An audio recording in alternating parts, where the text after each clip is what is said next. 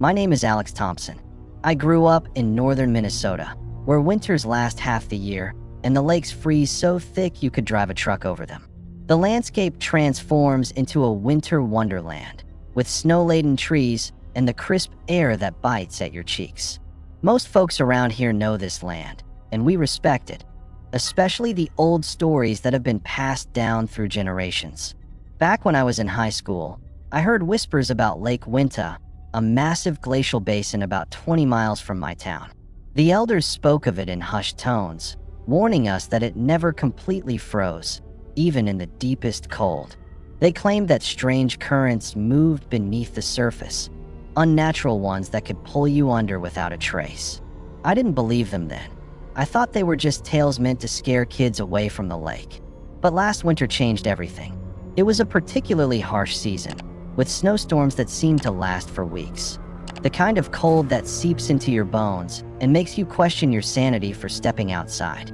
I remember the day vividly. It was a Saturday, and I decided to go ice fishing with my friends, Jake and Derek. We bundled up, our layers of clothing making us look like marshmallows waddling across the frozen expanse. As we set up our gear, I couldn't shake the feeling that something was off. The air felt heavy, charged with an energy I couldn't quite place. The ice beneath us groaned in that eerie way it does, and we laughed it off, normal for frozen lakes. But then, as we sat in silence, waiting for a bite, we heard it, a hollow knock from below. At first, we exchanged nervous glances, trying to convince ourselves it was just the ice settling. But the sound came again, a deliberate, rhythmic tapping that sent chills down my spine. I bent down, pressing my ear to the ice, and that's when I saw it, a shadow, writhing and twisting beneath the surface. It was far too large to be a fish, and just for a fleeting moment, I felt a primal fear grip me. "Did you see that?" I whispered, my voice barely above a breath. Jake and Derek looked at me, their faces pale. "What are you talking about?" Derek asked, but I could see the doubt in his eyes. I tried to brush it off, but the feeling of being watched lingered. We packed up early, the thrill of fishing replaced by an unsettling dread. That night, I couldn't sleep. I kept replaying the events in my mind, the shadow beneath the ice, the strange knocking. I decided to visit old Mrs. Langley at the library the next day. She's been around since my grandparents' time and knows all the local legends. When I asked about Lake Winta, her knuckles tightened around her coffee cup and she leaned in closer. "Be careful, Alex," she warned. "There are stories about that lake. In 1963, 6 fishermen vanished without a trace. No signs of struggle, just a rowboat left behind, half shattered in the ice. They say the lake took them." Her words hung in the air like a thick fog, and I felt a chill run down my spine. I had heard the stories before, but they had always seemed like folklore until now. As winter deepened, I couldn't shake the feeling that something was lurking beneath the ice, waiting for the right moment to reveal itself. I had to know the truth. It was a frigid January afternoon when I found myself ice fishing with my buddies, Jake and Derek, just a few hundred yards from the shore of Lake Winta. The kind of cold that bites through your skin and makes you question your sanity for being outside. We had bundled up in layers, our breath visible in the air, creating small clouds that dissipated quickly. The sun hung low in the sky, casting a pale light over the vast expanse of white, and the world felt eerily quiet, as if nature itself was holding its breath. As we settled into our spots, the ice beneath us groaned in that familiar, unsettling way. It was a sound we had all heard before, a reminder that the lake was alive, shifting and settling beneath our feet. We laughed it off, attributing it to the natural settling of the ice, but deep down, I felt a twinge of unease. We drilled our holes and dropped our lines, the anticipation of a catch momentarily distracting us from the chill in the air. But then, just as we were starting to relax, we heard it, a hollow knock from below. It wasn't the usual creaking of ice settling or the wind howling through the trees. This was different. It was a deliberate, rhythmic tapping, like something was testing the ice, probing it for weaknesses. My heart raced as I exchanged glances with Jake and Derek. "What was that?" I asked, my voice barely above a whisper. Jake tried to lighten the mood, forcing a laugh. "Probably just a fish with a hammer," he joked, but his smile didn't reach his eyes. I could see the tension in his shoulders, the way he shifted uncomfortably on the ice. I bent down, pressing my ear to the surface, straining to hear. The sound came again, a knock, followed by a low, rumbling vibration that seemed to resonate through the ice. My pulse quickened, and I felt a chill that had nothing to do with the cold air. And then I saw it. A shadow, dark and writhing, twisting below the surface, far too large to be a fish. It moved with a fluid grace that sent a shiver down my spine. Just for a second, I caught a glimpse of it, and then it was gone, swallowed by the depths of the lake. I jerked back, my heart pounding in my chest. "Did you see that?" I gasped, my voice trembling. "What? See what?" Derek asked, his brow furrowed in confusion. "The shadow. It was huge," I exclaimed, my mind racing. Jake shook his head, trying to dismiss my fear. "You're just imagining things, man. It's probably just a log or something." But I knew what I had seen. The image of that shadow lingered in my mind, a dark specter that refused to fade. I felt a primal instinct to flee, to get away from the lake and whatever lurked beneath its icy surface. "Let's pack it up," I suggested, my voice shaky. "I'm not feeling this anymore." Reluctantly, my friends agreed, and we began to gather our gear. But as we moved, I couldn't shake the feeling that we were being watched, that something was lurking just out of sight, waiting for the right moment to reveal itself. As we trudged back to shore, I glanced over my shoulder at the lake, the surface now calm and unassuming. But I knew better. Something was down there, and it was only a matter of time before it made its presence known. Little did I know, this was just the beginning of a nightmare that would haunt me long after the ice melted. The day after our unsettling ice fishing trip, I found myself unable to shake the feeling of dread that had settled over me. I needed answers, so I decided to visit old Mrs. Langley at the library. She was a fixture in our small town, a living archive of local history and folklore. Her silver hair and wise eyes had seen more winters than I could count, and she had a way of making the past come alive with her stories. As I entered the library, the familiar scent of old books and polished wood enveloped me. Mrs. Langley was seated at her usual spot, a steaming cup of coffee cradled in her hands. When I approached her, her eyes lit up with recognition, but then quickly narrowed with concern as I mentioned Lake Winta. "Ah, that lake," she said, her knuckles tightening around her cup. "It has a dark history, you know." I leaned in closer, eager to hear what she had to say. "What do you mean?" She took a deep breath, her gaze drifting to the window as if she could see the lake from where we Saturday. In 1963, 6 fishermen vanished overnight. Just like that. No signs of struggle, no cries for help, nothing. They were last seen out on the ice, and the next morning, their rowboat was found, half shattered and lodged in the ice. My heart raced as I listened. What happened to them? "They never found the bodies," she whispered, her voice barely audible. "Some say the lake took him. Others believe it was something far worse." I felt a chill run down my spine. "What do you mean?" Mrs. Langley leaned closer, her voice dropping to a conspiratorial whisper. "There are stories about a creature that lives beneath the ice. The Ojibwe call it Namatak, which means the under-ice walker. It's said to be a spirit, a monster, who knows?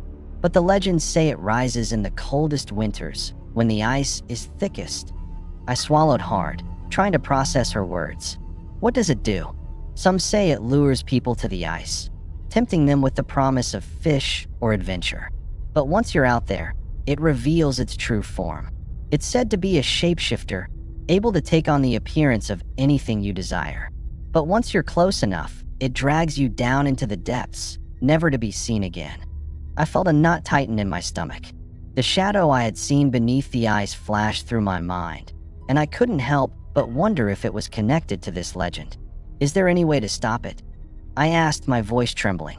Mrs. Langley shook her head slowly. "The only way to protect yourself is to respect the lake. Don't venture out alone, and always listen to the old stories. They hold wisdom that can keep you safe." As I left the library, her words echoed in my mind. I couldn't shake the feeling that I had stumbled upon something far more sinister than I had anticipated. The lake was not just a body of water. It was a living entity, steeped in mystery and danger. That night, I lay in bed, staring at the ceiling, haunted by the tales of Namatak and the fishermen who had vanished without a trace. I knew I had to return to the lake, to confront whatever lay beneath the ice. But now, I was filled with a sense of foreboding, a realization that I was stepping into a world where the line between reality and legend blurred. Little did I know, the truth would be far more terrifying than any story I had ever heard. I shouldn't have gone back alone. I knew I shouldn't have, but the pull of the lake was too strong, and my curiosity had morphed into an obsession. I needed to see for myself what lay beneath the ice, to confront the darkness that had haunted my thoughts since that day with Jake and Derek. It was past midnight when I finally made my way to Lake Winta. The moon hung high in the sky, casting an ethereal glow over the snow-covered landscape. The world was silent, save for the crunch of my boots against the frozen ground. As I approached the lake, the surface shimmered like a black mirror, reflecting the stars above. It was beautiful and terrifying all at once. I set up my gear, my heart racing with a mix of fear and excitement. I drilled a small hole in the ice, just enough to peer in. Stupid, reckless, I knew that. But I had to know. At first, nothing. Just the stillness of the water below, the darkness swallowing the light from my flashlight. I felt a momentary sense of relief, as if perhaps the legends were just that, stories meant to scare children. But then knock, right under my feet. I froze, my breath hitching in my throat. The sound was unmistakable, a hollow thud that reverberated through the ice. It came again, louder, angrier. The ice whined, as if it were being pushed from below, and I felt a primal instinct scream at me to run. But curiosity won out, and I found myself crouching down, staring into the hole. What I saw next would haunt me forever. A mass of dark, slithering flesh, no eyes, just ridges like jagged ice, was pressing against the underside of the frozen surface. It moved with a fluidity that defied logic, testing, pushing, as if it were aware of my presence. My heart raced, pounding in my chest like a war drum. I felt a cold sweat break out across my forehead. I couldn't look away. The creature was mesmerizing and horrifying all at once. It twisted and turned, its form shifting in ways that made my mind reel. I felt a strange compulsion to reach out, to touch the ice, to connect with whatever lay beneath. But a voice in the back of my mind screamed at me to back away, to get as far from the lake as possible. Suddenly, the ice cracked. A sharp, splintering sound echoed around me, and I stumbled back, my heart racing. The crack spread like a spider web, spidering out from the hole I had drilled. Panic surged through me as I realized the danger I was in. I was standing on a thin layer of ice, and whatever was beneath it was not just a figment of my imagination. I scrambled to my feet, adrenaline coursing through my veins. The creature beneath the ice seemed to sense my fear, thrashing violently against the surface, creating a cacophony of sound that echoed across the lake. I turned to run, my instincts kicking in as I sprinted toward the shore, the ice creaking ominously beneath me. With every step, I could feel the ice shifting, the creature testing its boundaries, and I knew I had to get away. I didn't dare look back, but I could hear the relentless knocking, the angry thrumming of something that wanted to break free. As I reached the edge of the lake, I leaped onto solid ground, collapsing in the snow, gasping for breath. I looked back at the lake, the surface now calm and unassuming, but I knew better. I had seen it, felt it, and I would never forget the terror that lurked beneath the ice. That night, I learned a lesson I would carry with me forever. Some mysteries are better left unsolved, and some depths are too dark to explore. I ran, not like a man, like prey. My instincts kicked in, and every fiber of my being screamed for me to escape. The sound of splintering ice echoed behind me, a chilling reminder that whatever lurked beneath was not just a figment of my imagination. The deep, guttural gurgling of something breaking through sent waves of terror coursing through my veins. I didn't dare look back. I could feel the weight of its presence, the urgency of its pursuit. My truck was parked half a mile away, but it felt like a lifetime as I sprinted across the ice, my heart pounding in my chest. Each step was a gamble, the ice creaking ominously beneath me, threatening to give way at any moment. I could almost hear the creature's breath, a low, rumbling growl that resonated through the frozen surface, urging me to run faster. I pushed myself harder, my lungs burning, my legs screaming for relief. The cold air stung my face, but I welcomed the pain. It reminded me that I was alive, that I had to keep moving. I could hear the ice cracking behind me, the sound growing louder, more frantic, as if the creature was desperate to break free. Finally, I reached the edge of the lake, the solid ground beneath my feet a welcome relief. I stumbled toward my truck, fumbling for my keys as I fought to catch my breath. My hands trembled as I finally found them, and I jumped into the driver's seat, slamming the door shut behind me. I turned the key in the ignition, the engine roaring to life, and I glanced back at the lake. It was silent now, the surface smooth and unbroken, as if nothing had happened. But I knew better. I had seen it, felt it, and the memory of that dark, slithering mass would haunt me forever. As I drove away, the headlights cutting through the darkness, I couldn't shake the feeling that I was being watched. The trees lining the road loomed like silent sentinels, their branches swaying in the wind, and I felt a chill creep down my spine. I glanced in the rearview mirror, half expecting to see something lurking in the shadows, but there was nothing, just the empty road behind me. But I knew what I had witnessed. That winter, 3 people disappeared near Lake Winta. No trace, no bodies. The stories whispered among the townsfolk echoed in my mind. Tales of the lake's insatiable hunger, of the darkness that lay beneath the ice. You don't have to believe me. I wouldn't blame you if you didn't. But if you ever hear a knock under the ice, if you ever feel that primal urge to look down into the depths, heed my warning. Don't bend down to look. As I drove home, the weight of my experience settled heavily on my shoulders. I had escaped, but at what cost? The lake was a living entity, a predator lying in wait, and I had danced too close to its edge.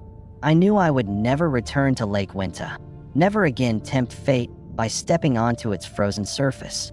The legends were real, and I had been foolish to doubt them. I had seen the darkness that lurked beneath the ice, and it would forever be a part of me, a chilling reminder of the thin line between curiosity and danger. As I pulled into my driveway, I took one last look at the night sky, the stars twinkling like distant eyes watching me. I shivered, knowing that some mysteries are best left undisturbed, and some depths are too dark to explore.